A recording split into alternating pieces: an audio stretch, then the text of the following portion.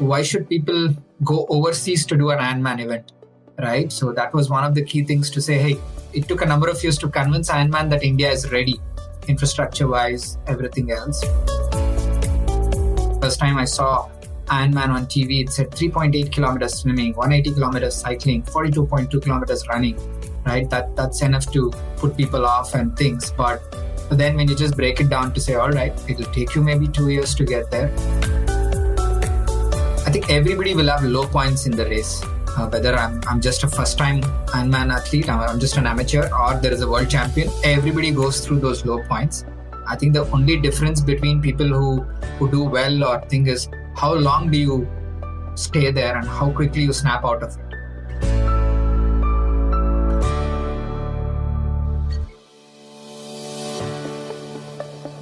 Hello, my dear listeners. Welcome back to the next episode of Inspire Someone Today. Joining me today is an Ironman of repute. To his credit, he has completed 23 Ironman Triathlons, represented India at the IRONMAN World Championship at Hawaii and the US, qualified for World Championships in 2023, and the race director for Ironman 70.3 in Goa, which is happening in November. We spoke at length. What does it take to be an Ironman? Ironman kids. His journey as an entrepreneur, the fantastic stuff that his organization Yoska is doing for the communities, and his new role as Ironman race director. Listen to our conversation, and I'm sure you'll feel inspired. Deepak, welcome to IST. Thank you, Shrikant. Thanks for the opportunity, and good to see what you've been up to, and good to catch up after a number of years, having gone to college together.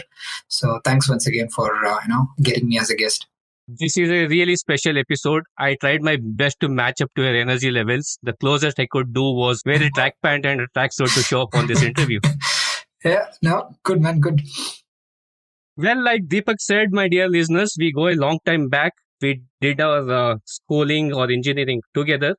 But boy, from being a mechanical engineer to the triathlon man, the Iron Man, setting the world stage with some wonderful records. Deepak, how did this all begin?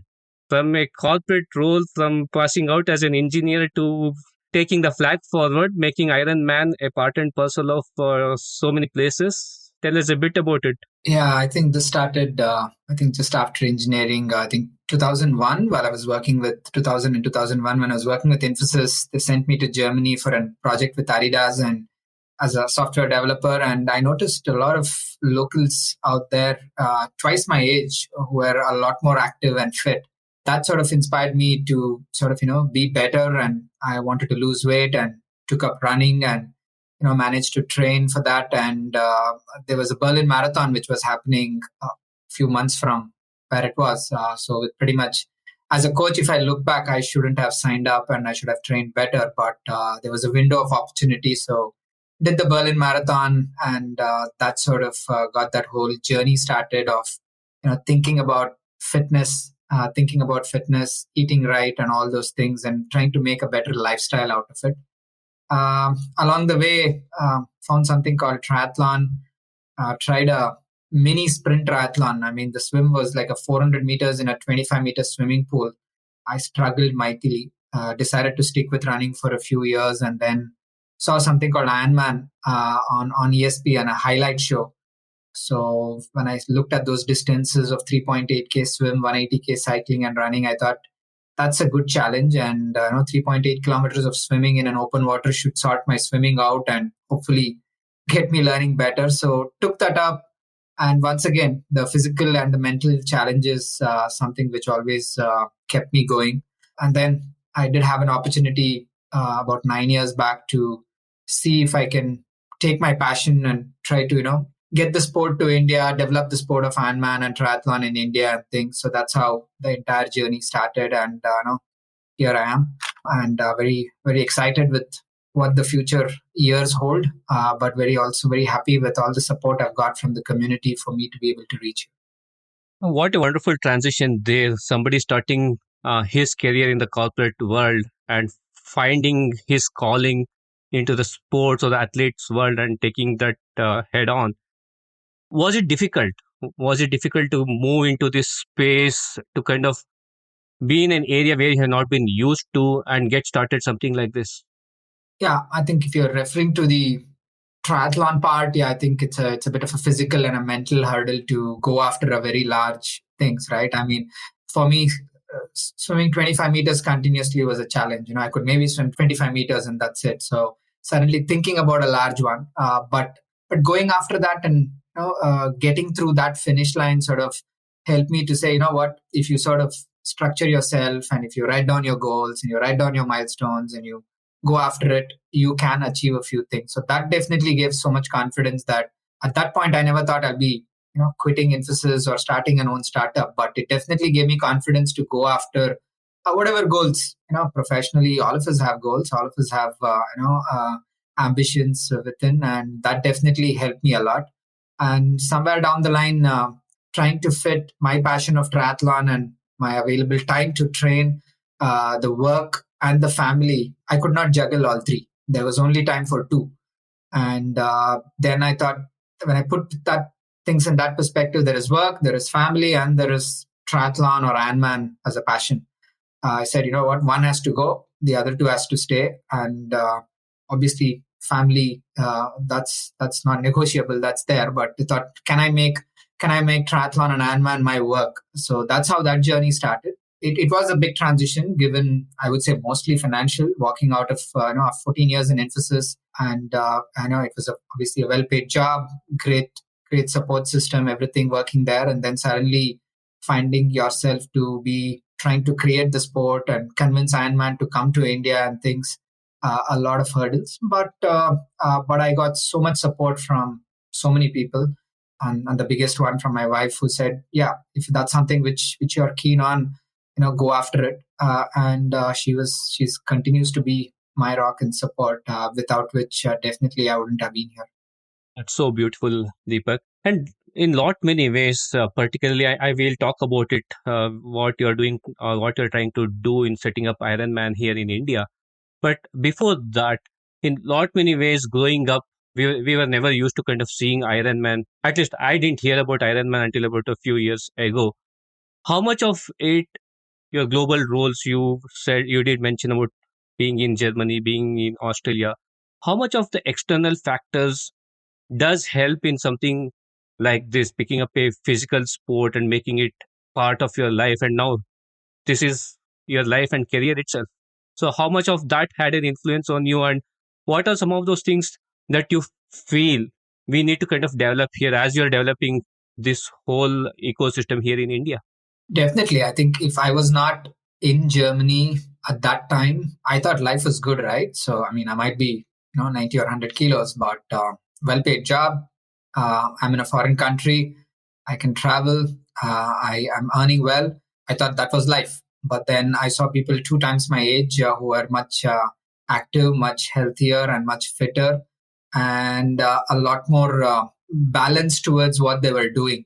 Right. If not for me to get not just a glimpse, I was living right there. Right. It was not something I just saw a 2-minute video on a TV or something. I actually was living people around them. So to let you know, yes, that ecosystem and being there definitely helped. And I said, well, everyone's doing something. Let me take up running. And somebody was running the Berlin Marathon. I said, can I do that? Right. So it might have sounded foolish, and most people didn't give me a chance. I remember most people,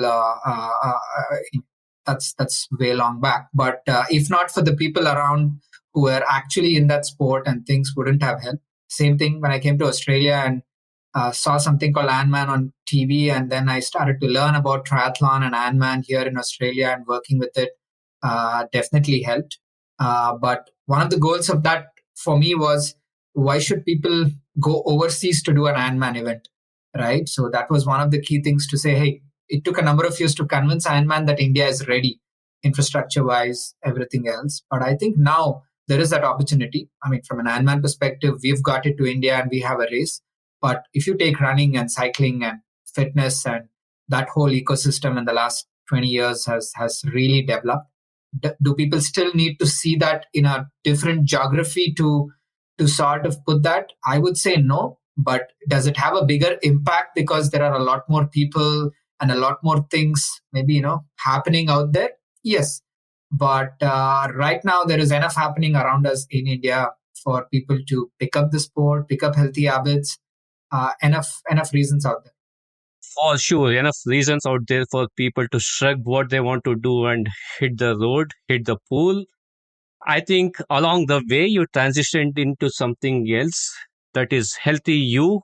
So I let you to talk about what that healthy you is all about. Yeah, I think it's like creating a better version of us, right? That's all I tell people, right? You don't have to do. If people listening to Ironman and looking at the 1,200 or 1,300 people who will do the Ironman this year in Goa, and if that inspires someone to wake up the next day morning and eat right, or sleep better, drink water better, taking care of themselves, walk 20 minutes a day, or do any one of these. I'm not saying all. Then we feel we have done our job of just getting that message across, right? So it's about just creating a better version of you, of creating healthy habits.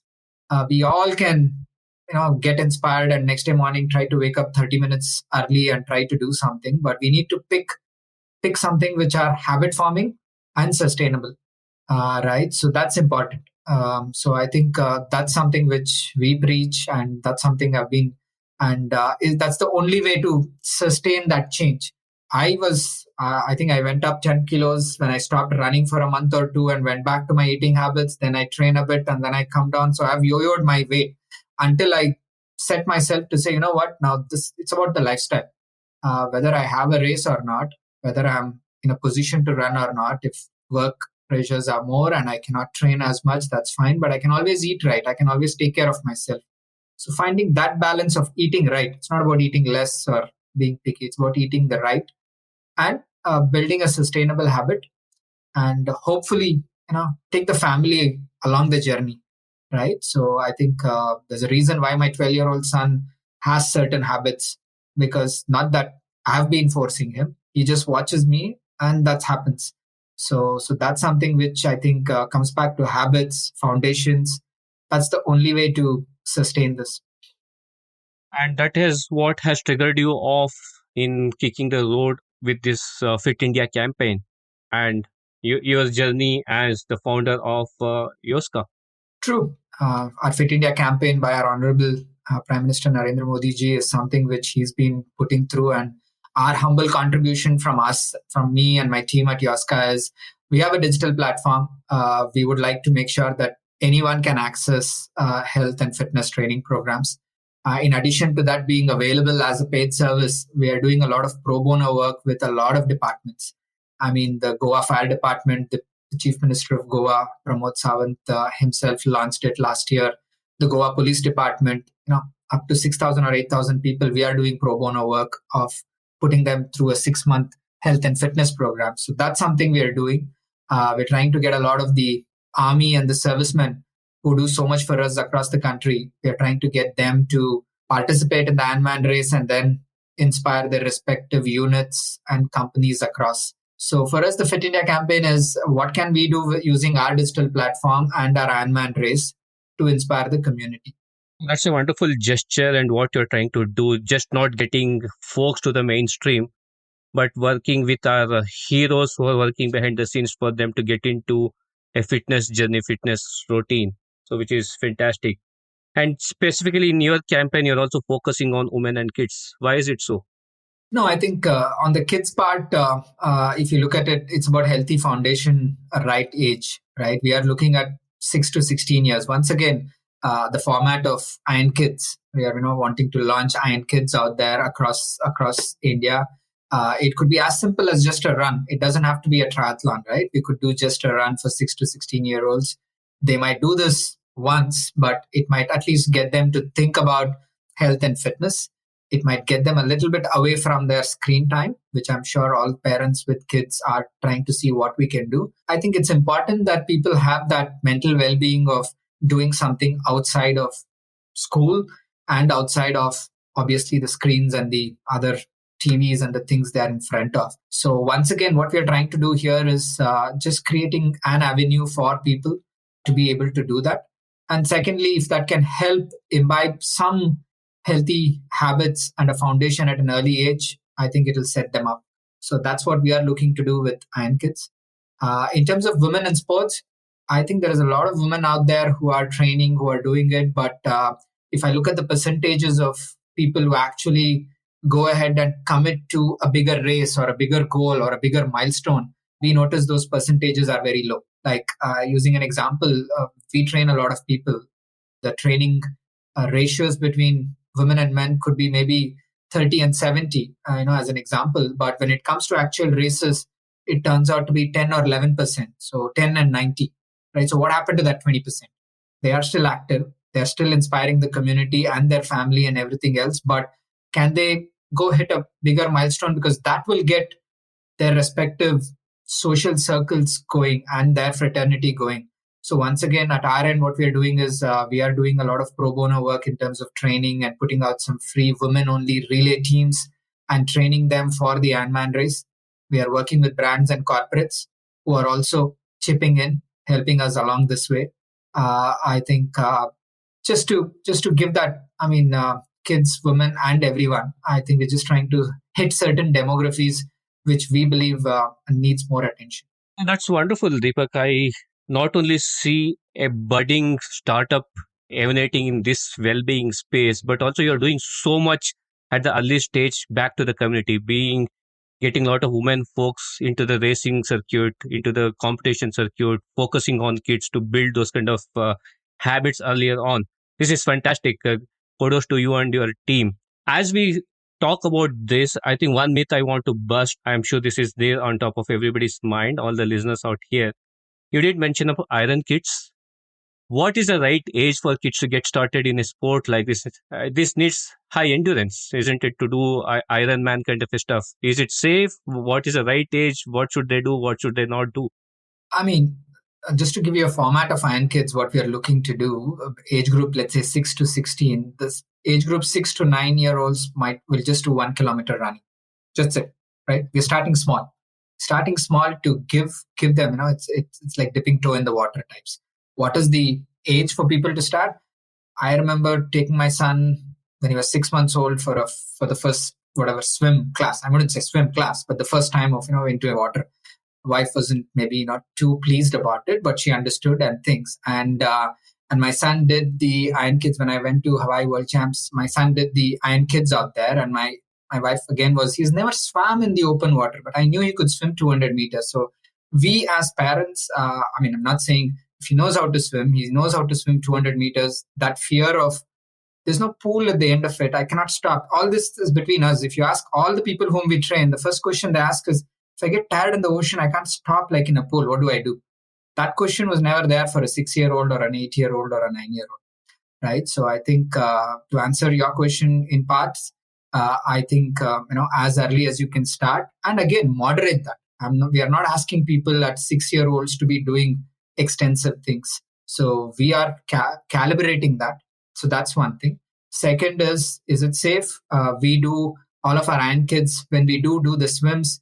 We are going to start that again in a swimming pool as opposed to an ocean swim, like what is it for normal triathlons, right? And when we do go after the open water things, obviously safety and everything will also be taken care. Cycling is not an easy sport, whether you're 12 years old or 42 years old in India. So that's something safety comes in. So maybe indoor cycling, that's what when we train really very young people in age, a lot more cycling in sort of closed conditions where they can do, or indoor training. So a few nuances needs to be kept in mind, but otherwise the infrastructure and ecosystem is definitely improving for people to step. Deepak, we did speak about your journey, how you got into this particular area, what you have been doing, and along the way, the Ironman has also turned out to be an entrepreneur now. So how did you find the mojo, and how is it different from running the Ironman versus running your own organization? Yeah, I think the good part is it doesn't feel like work. There is a lot of hours as from an entrepreneurship, but it doesn't feel like work. You're still talking to your teammates, and we have this crazy ideas. We write some crazy goals, just like how Ironman is. I mean, first time I saw Ironman on TV, it said 3.8 kilometers swimming, 180 kilometers cycling, 42.2 kilometers running.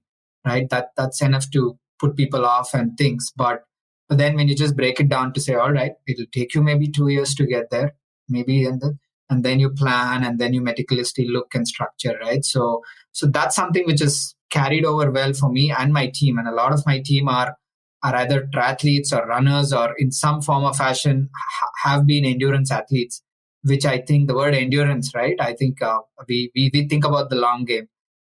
We know the pain of doing a long run.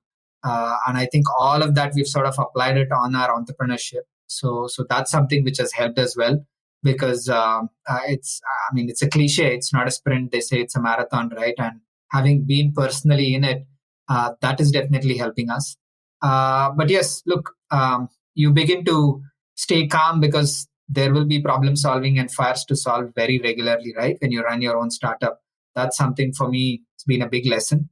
There are races you're doing and things don't go as planned. You just have to pick up plan B, plan C, sometimes plan D or plan E to finish the race. So those are very similar things. So I carry over into what I do in my entrepreneurship. And the support system has been excellent. I mean, the mentors who continue to spend time with me and the endurance community has been, I'm very grateful for everything they've given me in the last 9 years. The only reason I'm standing right here is because of that. Similar to the runner's high, what is a runner's high equivalent in the entrepreneurial world? It's a roller coaster, right? So you have a high of wins and challenges. I think for me, the high for me was when the race Ironman Goa started on 20th of October 2019. That race starting, which actually started 30 minutes late. It was supposed to start at 7, start at 7:30. We had our share of challenges. I think that was a high. And looking back, I think it took me 6 years, some months, and some days to actually get there once I'd quit 14 years of corporate life. So I think for us, the high is to see people and give that experience to people. We wanted to give a race. We wanted to have our own Ironman in our backyard. It takes a lot of effort to train for an Ironman. It takes a lot of money to invest into the sport and train. Then they have to juggle so many things. We wanted to at least take away some things from them, that the cost of traveling overseas or the logistics of going somewhere else in a foreign country, doing it, and for people to experience it. So for us, the high was, bringing Ironman to India, convincing them, launching it, executing our first race, and now, growing that for us. Absolutely, many congratulations on that. You are making lot of dreams come true. A lot many folks would want to be participating in Ironman, like you rightly said. It's either the logistics or the travel or the cost of it dissuades lot many people. Now we can very proudly say that we have Ironman in our own backyard, and there's no reason why we should kind of going for it. We are here, folks, in the Power of Three round. With me is Deepak Raj. Deepak, three influencers in the Ironman or triathlon circuit. Alan Pittman, my first coach who helped me in my journey, continues to mentor me. 30 plus years in the sport, taught me a lot of life lessons too. Toby Somerville, my current coach and mentor, beyond as a coach for my triathlon thing, he continues to mentor, and his passion to the sport and community is something I look up to. Pete Jacobs, Ironman World Champion, his approach to training, life in general has been inspirational. He's been very kind with his time and support. He came along for the launch of the first one in India, and I owe a lot to him. And Toby and Alan, they continue to influence me in various ways. Three practices that are unique to you. I write down my goals and I keep a very visual reference of what I'm chasing all the time. There is always a note in my wallet or a print on the wall or anything to keep in touch with the goals. So all those things are always in front of mind for me. So that's something I do. The other thing is I sort of try to go Boolean, which means if I say, look, I won't eat sugars or I won't eat sweets for a while, it's completely 0 or 1. I don't sort of dabble in between. So I try to approach most things instead of sort of saying occasionally or gray area. I like to be completely clear in that. That sort of helps me meet some of my goals, if not all. The other thing is I sometimes commit to the task after a very quick evaluation and then figure out how to go about it. I mean, I've signed up for a skating marathon and I didn't know how to skate, right? So it might sound foolish, but I eventually learned how to skate and managed to finish. So I sort of do that sometimes. Nice. Is there some unique thing about sports person and visualization? Because everybody want to kind of visualize what they would want to do first on a piece of paper. No, I think some of it was already there even before I was healthy or fit. But I think definitely, as you said, I mean, when you go through the low periods of a training session, right? Like say tomorrow you want to be doing a 3 hour ride and you have a low period. If it gets windy, it gets hot, or you get a puncture in your thing. I think, yeah, what I do visualize, and I'm sure everybody does, is you visualize yourself at the finish line of the race what you're training for, right? That's the reason why you're waking up tomorrow morning, right? There must be a purpose of what it is. If you start thinking about it, say, what if you don't do one day? What if you don't do that? That shouldn't creep up into your mind, right? So you just replace it with positive thoughts. And in my case, that visual reference is what gets me through. Sometimes my favorite food or breakfast gets me through a hard training session to say, I just visualize myself that I finished this and I'm sitting and eating, right? Food is a reward for me. So again, visualization, looking at it, that whole thing helps that whole channeling your mental energy towards that. Nice. Three advice for people starting their physical fitness journey. Yeah, I think finding your purpose and remembering that through the journey, right? Sometimes people forget it. People want to relax and take up running, and then they get so stressed about their next race that it's adding to the stress as opposed to before, right? So remember why you came into it and then maintain that. Second thing I would say is start with small steps that you can take and sustain, right? If you want to go with a triathlon, sign up for a sprint triathlon or do something small, well, see whether you like it, then build up towards that. The last one is, again, write down your goals, make a plan, get help, right? I mean, get a coach or get some guidance so that you start at the right one and you're not unlearning a lot of things which becomes harder later on.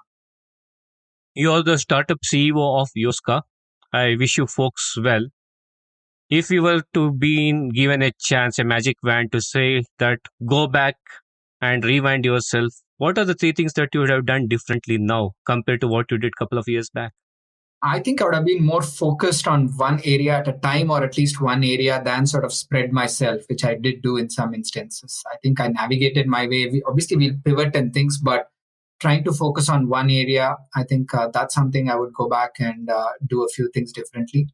Even though we were a technology startup and a app and a platform, I think I would have invested more on technology upfront than what I did. On the third one, I think in terms of financials and things, yeah, I think raising capital at the right time or going after it, and how much sort of financial risks I took personally and things. There are a few things maybe I would go back and sort of relook on it. It's important to take risks, and I did do, and it's come through. But I think need to keep your support system, family, and a few other people in mind equally. Which I think in some cases, I know you don't want the passion and the things to engulf that. I'm sure each one of us have our own bucket list. What is Deepak Raj's bucket list? Three things on your bucket list. Uh, I think all of them are very sports related. But I think definitely, I mean, Yoska being successful and things is there. But if I really look at the bucket list personally for me, I think running Boston Marathon, I qualified for Boston Marathon. I wanted to run a sub 3. There were a few things in my bucket list. I did it, but I could not go to Boston and run the Boston Marathon. So that continues to be, I'll have to qualify again, which I will, and I'll do that. That's one. I would like to do a sub 10 hours in my Ironman finish time sometime. Right now, I'm busy putting up an Ironman race as opposed to training for it. It's a bit of a hiatus for me, but I'm keeping in touch. So definitely that's one. And between swim, bike, and run, swimming is my weakest one. And I'd written down a goal of swimming under 1 hour in an Ironman race, which for me is my bucket list. So it's a swim, bike, and run in that format. I would like to do the Ironman swim under an hour. So that's 59 minutes, 59 seconds is good enough for me. It doesn't have to be anything different. So those are my three sort of things from a bucket list. Not surprised from an Iron Man coming what the bucket list should look like. If there are three entrepreneurs that you would like to spend time with, who would those three individuals be? I think one of them is my idol. I mean, I don't know if entrepreneur, Michael Jordan. I love basketball, which you may recollect a little bit during my college days. But the way he approached the game, and I mean, yes, debatable by some people whether he's the best basketball player. There's no argument, at least from my end. And But yes, what he brought to the game, how he approached the game, and the mental aspect of the dedication and things he put through, and now he's also a successful businessman. So he's running his own, majority owner of an NBA franchise and a team in Charlotte and everything else. So would I love to spend time with him? I mean, yes, that's one thing which is something I continue to idolize him, and that's one. Narayan Murthy, I mean, it was a dream for me to join Infosys, and I came to know obviously a lot more about it after joining Infosys. In addition to looking up to all of the co-founders there, I think he's someone who definitely look up to. Those are two of them which come off my mind. So we've been talking to you, Deepak, the professional who transitioned from corporate to the sporting world, an entrepreneur who started his own startup. Now we are talking to Deepak, the Ironman race director. This was your dream come true to have Ironman here in India. So you did mention about it. And we have an upcoming Ironman race happening in 2022. Walk us through that. What is it? Where is it happening? How can people participate? Give us the details. Yeah. So Ironman 70.3 is the format which we have introduced in India. So Ironman as a portfolio of races has multiple formats. The full distance Ironman is a 3.8 kilometer swim, 180 kilometers cycling, and 42.2 kilometers running, which is the marathon. And the more popular format is a 70.3, which is half this distance. So 1.9 kilometers swimming, 90 kilometers cycling, and a half marathon, which is 21.1 kilometers running. I mean, maybe in a way you can compare this with the popular T20 format as opposed to a one-day match, right? So it's something which is more palatable for people. It still takes a number of hours of training per week for a number of months and to get there, but it's something which people can look at. This race was already present in 50 plus countries before we brought it to India in 2019. So the 2022 edition of it is happening in Goa. So the Ironman 70.3 Goa will be happening on 13th of November 2022. People can check out our website, yoska.in/iron-man for details. You can go to ironman.com and look up Goa. You will get details about the race. It happens in center of the city, Panjim. We closed down Panjim for a number of hours, thanks to the support from the government and everybody else, because it's important for the race to be safe and for the best experience for the athletes. So we closed down roads, completely closed down and barricaded, right? So we do that, and it's a race which goes on. It's 8.5 hours of cutoff time. So you need to finish the swim in 1 hour and 10 minutes. You need to finish the swim and the cycling in 5.5 hours. You need to finish the entire race in 8.5 hours. Only then you will be given sort of the title of completing that Ironman 70.3. Oh, that would be something to look forward to. And as race director of this event, what is your role? What do you do? And what are some of the things that people should be doing, should not be doing? Just walk us through the role of the race director. I think it's completely behind the scene. A lot of people tell me, "Are you participating in the Ironman India race?" I said, "I would love to, but there is 1,300 people who will be passing through the finish line and things." So I think the planning starts almost months before, right? It comes down to getting the necessary approvals and support from the government. It's a destination sport. What I mean by that is people don't just fly in on a Saturday night, do the race, and fly out on Sunday morning, Sunday afternoon, right? People have to come there and check in on a Friday, deposit their bikes, make sure things Saturday and then Sunday and then everything, right? And people try to make a holiday out of it. And that's where we try to choose locations where people could make a holiday out of it, can bring their family towards that. And also it's a place where people would like to spend more time on, right? So a lot goes into the planning months before with respect to securing the route, the approvals, and the logistics, planning, operations, barricading, and also the water safety part of it, right? So as a race director, I have a number of people working with me. For example, there will be a swim course director who's responsible for the swim course along with me.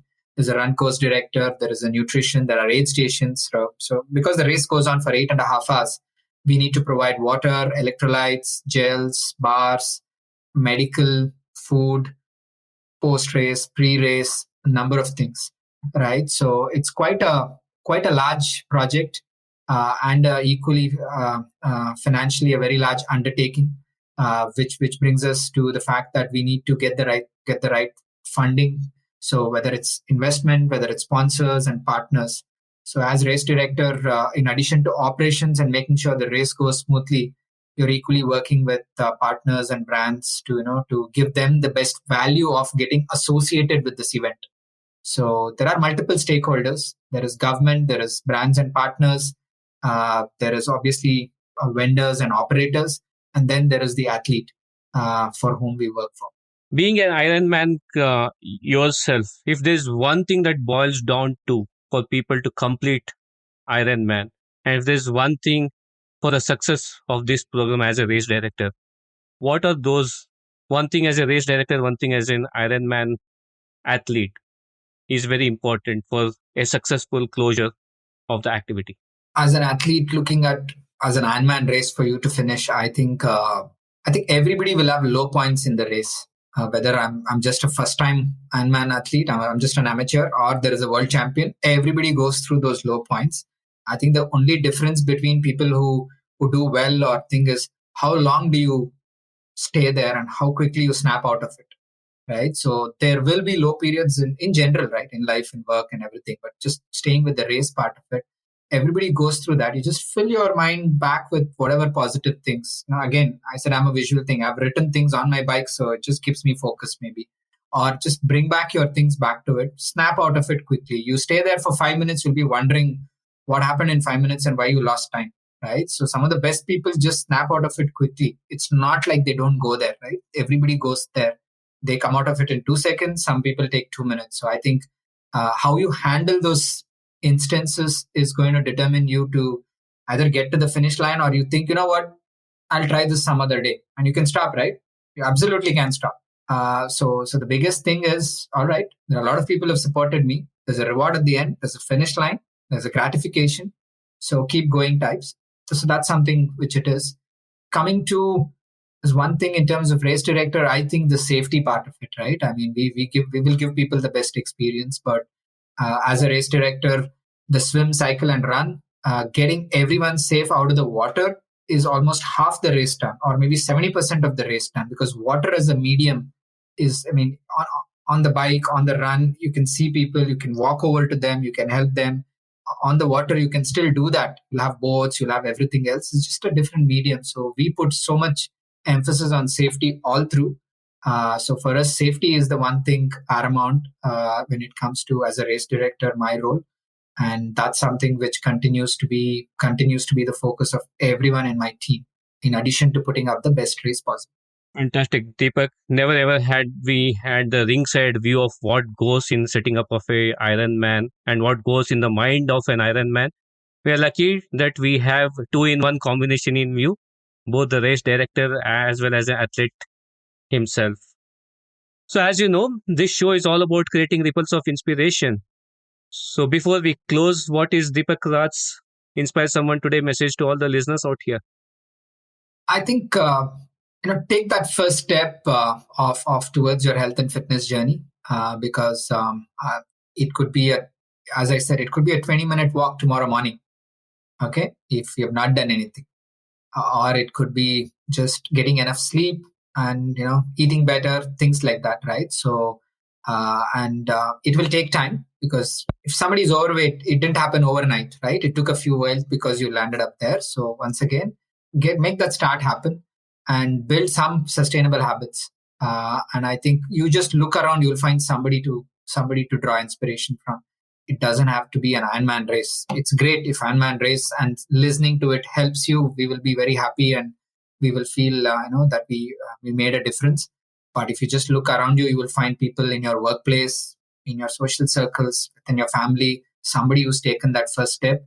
And it's just important to take that first step, build some sustainable habits, and reward yourself when you do well. It's important. Otherwise, it becomes a very long journey, not knowing where you're heading.